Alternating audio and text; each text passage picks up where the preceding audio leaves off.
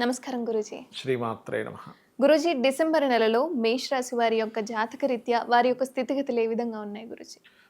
మొట్టమొదటిగా లగ్నాధిపతి నీచంలో ఉన్నాడమ్మా. హ్మ్. సో, లగ్నాధిపతి ఎప్పుడైతే నీచంలో ఉన్నాడో వీళ్ళు ఎక్కడైనా ఏదైనా మాట్లాడేటప్పుడు సామాజికమైనటువంటి విషయాల్లోని ఏదైనా ప్రాపర్టీ కొనుగోలు చేసేటప్పుడు, వాహనము, గృహము నడిపేటప్పుడు చాలా జాగ్రత్తగా ఉండాలి ఈ నెలలో అనేటువంటిది ముఖ్యంగా చూపిస్తుంది.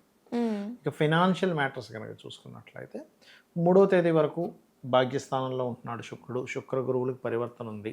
సో, 3వ తేదీ అంటే ఫస్ట్ వీక్లో వీళ్ళకి కొంచెం ఫైనాన్షియల్గా బాగానే ఉంటుంది. దాని తర్వాత శుక్రుడు 10వ స్థానంలోకి వస్తున్నాడు. కెరియర్ గ్రోత్ కూడా ఇస్తాడు అక్కడ, అందులో ఎటువంటి సందేహం లేదు. కాకపోతే ఈ సంతానాన్ని ఇచ్చేటువంటి గ్రహం ఏదైతే ఉంటుందో ఈ రవి పర్టికులర్గా 16వ తేదీ నుంచి భాగ్యస్థానంలోకి మారుతున్నాడు. కాబట్టి 16వ తేదీ తర్వాత ఎవరైనా సంతానం కోసం చేసే ప్రయత్నం ఫలిస్తుంది. 6లో వీళ్ళ కేతు ఉన్నందుకు ఎవరికైనా అప్పులు ఇవ్వడం, తీసుకునేటువంటి విషయాల పట్ల కాస్త జాగ్రత్తగా ఉండాలి. మరియు అదేవిధంగా వీరికి 11వ స్థానంలో శని భగవానుడు ఉన్నాడు. కాబట్టి వీళ్ళు ఎట్టి పరిస్థితుల్లోని వ్యాపార లాభాల విషయంలోని రైతులు కానివ్వండి, ఏదైనా వెహికల్స్ నడిపేవారు కానివ్వండి, భూమి మీద బ్రతికేవారు కానివ్వండి, తొందరపాటు పడి నిర్ణయాలు తీసుకోకూడదు. ముఖ్యంగా వ్యాపార సంబంధించినటువంటి విషయాలు. విదేశాలకు వెళ్ళాలని ప్రయత్నం చేసేటువంటి వారికి అనుకూలించేటువంటి సమయం నడుస్తుంది. కాస్త విద్యార్థులకి స్ట్రెస్ ఎక్కువగా ఉంటుంది, ఎందుకంటే 4వ స్థానంలో కుజుడు ఉన్నందుకు. అదేవిధంగా బయట దేశాలకు వెళ్ళే ఉద్యోగానికి అనుకూలంగా ఉందని చెప్పుకున్నాము. మరొక విషయం ఏంటంటే ఇక్కడ వివాహం కోసం ప్రయత్నం చేసేటువంటి వారికి, ముఖ్యంగా రెండవ వివాహం కోసం ప్రయత్నం చేసేటువంటి వారికి మొదటి వారం చాలా అనుకూలంగా ఉంటుంది.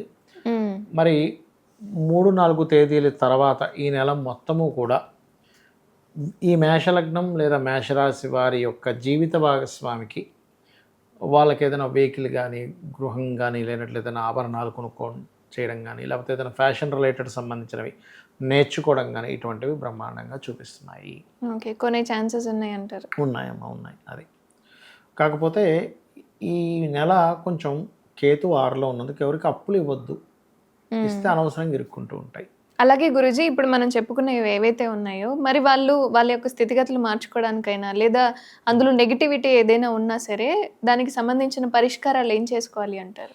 ఒకటమ్మా, ఎప్పుడు కూడా మేషలగ్నంలో జన్మించాము అంటే సూర్య ఆరాధన ఎక్కువగా చేయాలి. ఎంత సూర్య నమస్కారాలు చేసుకుంటుంటే, ఆదిత్య హృదయం చదువుతూ ఉంటే అంత చక్కగా ఉంటుంది వీళ్ళకి. అందులోనే ప్రధానంగా వీళ్ళకి 16వ తేదీ నుంచి ధనస్సు రాశిలోకి ఎంటర్ అవుతున్నాడు రవి.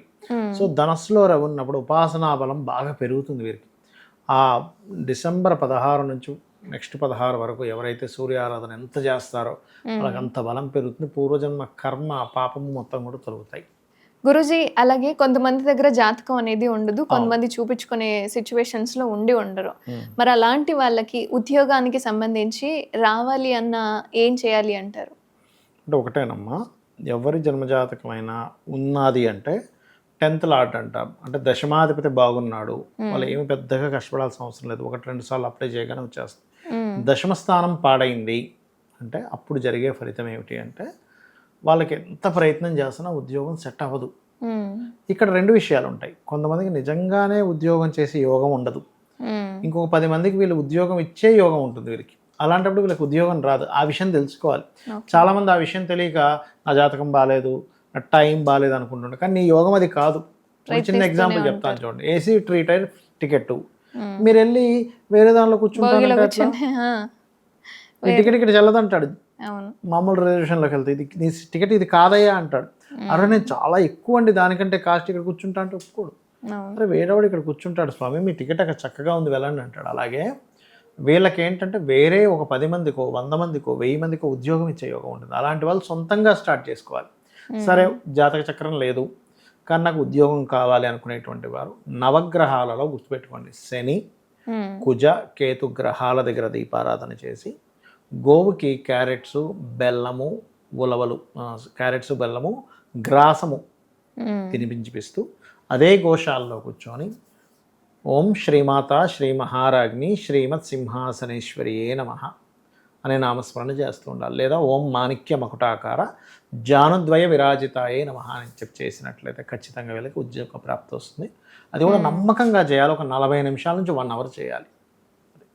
అలాగే అంటే వివాహం చేసుకోవాలి అనుకునే వాళ్ళు, లేదా ఎన్ని సంబంధాలు చూసినా సెట్ కాని వాళ్ళు ఉంటారు, లేదా సెకండ్ మ్యారేజ్ కోసమైనా సరే వాళ్ళు ఎటువంటి ప్రయత్నాలు చేస్తే మంచిదంటారు?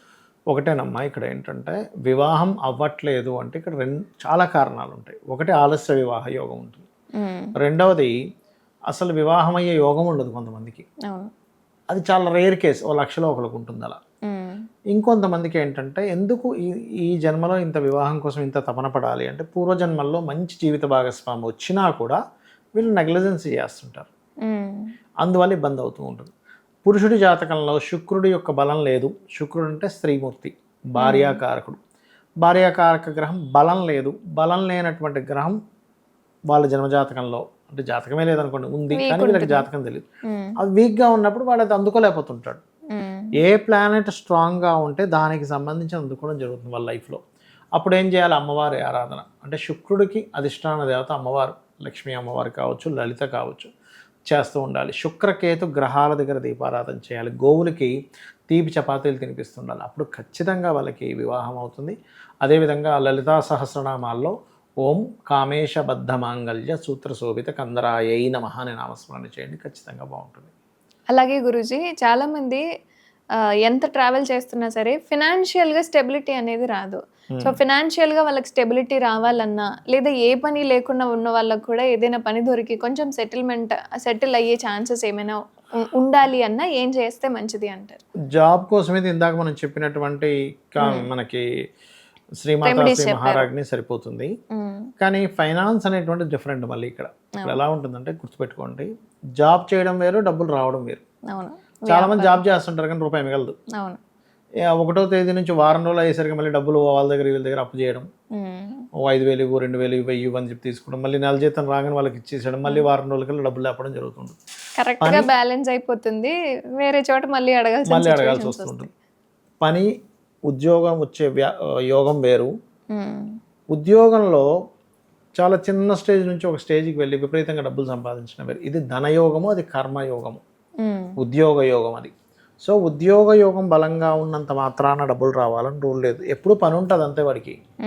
కొంతమందికి ఎప్పుడు జాబ్ ఉందండి అంటాం. గవర్నమెంట్ జాబ్లో చిన్న జాబ్ చేస్తున్నాం, ఎప్పుడు జాబ్ ఉందంటే ఉంది, కానీ డబ్బులు రావాలని రూల్ లేదు అక్కడ. కానీ ఉద్యోగ యోగము బలం ఉండడము, ధనం రావడం రెండూ బలంగా ఉంటాయి కొంతమందికి, అది వేరు. ఇక్కడ ధనమే రావట్లేదండి అంటే ఎప్పుడు ఉద్యోగం చేయాలని రూల్ లేదుగా, వ్యాపారం చేయొచ్చు, ఏదైనా సర్వీసెస్ చేయొచ్చు, ఉంటాయి. అప్పుడు వాళ్ళకి దాని అర్థం ఏమిటంటే పోయిన జన్మలో ఎవరికి రూపాయి కూడా పెట్టలేదు ఆ జాతకుడు, అందుకని ఈ జన్మలో ఆ యోగం లేదు. అప్పుడు ఏం చేయాలి? అమ్మవారి నామాల్లో ఓం సంపత్కరీ సమారూఢ సింధుర వ్రజ సేవితాయై నమః, లేదా ఓం ధర్మాధ్యక్ష ధనాధ్యక్ష ధన ధాన్య వివర్ధినియే నమః. ఇవి చేయాలి మెయిన్గా. ఇవి ఎంత చేస్తే అంత బాగుంటుంది, గుర్తుపెట్టుకోండి. సో ఈ మంత్రాలను పఠిస్తే కొంచెం అంటే ఏది లేని వాళ్ళకి కూడా ఏదో ఒకటి వచ్చి స్టెబిలిటీ అనేది వస్తుంది. ఏం చేస్తున్నామంటే పూర్వజన్మల్లో ఏదో ఎక్కడో తప్పిదం చేశాము కాబట్టి అమ్మ నన్ను ఇప్పుడైనా సరే నన్ను కరుణించు, ఏదో జరిగిపోయింది. ఇప్పుడు ఆదిశంకరాచార్యుల వారి వృత్తాంతంలో అదే ఉంటుంది. శంకరాచార్యుల వారు ఆ ఉసిరికాయ తీసుకొని కరిగిపోయి లక్ష్మీదేవిని పిలిస్తే ఫస్ట్ లక్ష్మీదేవి వచ్చి చేసింది ఏమిటంటే, శంకర ఇక్కడ ఏ పుణ్యమే లేదు, ఎక్కడ ఇవ్వాలంటుంది. బ్యాంక్ బ్యాలెన్స్ లేకపోతే మనం చెక్ తీసుకెళ్తే వాడు ఎలా అయితే డబ్బులు ఇవ్వడో, మీరు ఎన్ని చేసినా పూర్వజన్మల్లో పుణ్యం లేకపోతే రావు. పుణ్యాన్ని ఇచ్చేటువంటిది కేవలం గంధముతో అమ్మవారిని ఆరాధించడము. అంటే ఇక్కడ ఒక చిన్న లాజిక్ ఉంది. కాబట్టి గంధం అమ్మవారు ఆరాధించేస్తే నీకెందుకు పుణ్యం వస్తుంది అంటే, ఇక్కడ చూడండి, గంధానికి ఎవరు ప్రతీక? గురువు. గురువు ఈజ్ గంధం. ఓకే, అమ్మవారు అంటే విశ్వం, ప్రకృతి. నువ్వు గురువు అంటే మంచి చేయడం, చెడు చేయడం కాదు. గురువు అంటే గైడింగ్ అంటారు. అంటే నువ్వు విశ్వానికి కనుక సరైన గైడింగ్ ఇస్తే అదే అమ్మవారికి గంధం పూజ చేయడం.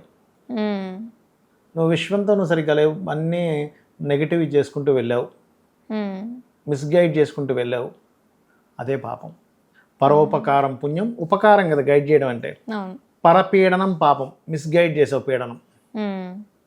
అంతర్లీనంగా ఉన్నది ఏమిటంటే అమ్మవారి గంధంతో పూజ చేస్తే పుణ్యం వస్తుందని దాని అర్థం ఏమిటంటే, బాహ్యంగా కనబడడానికి గంధంతో పూజ, కానీ ఇన్డెప్త్గా నువ్వు సొసైటీకి మిస్గైడ్ చేస్తున్నావా, సరైన గైడింగ్ ఇస్తున్నావా నీ చుట్టుపక్కల వాళ్ళతో, దట్ ఈస్ ద మెయిన్. ధన్యవాదాల గురించి చాలా చక్కటి అంశాలను మాతో పంచుకున్నారు. శ్రీమాత్రే నమః.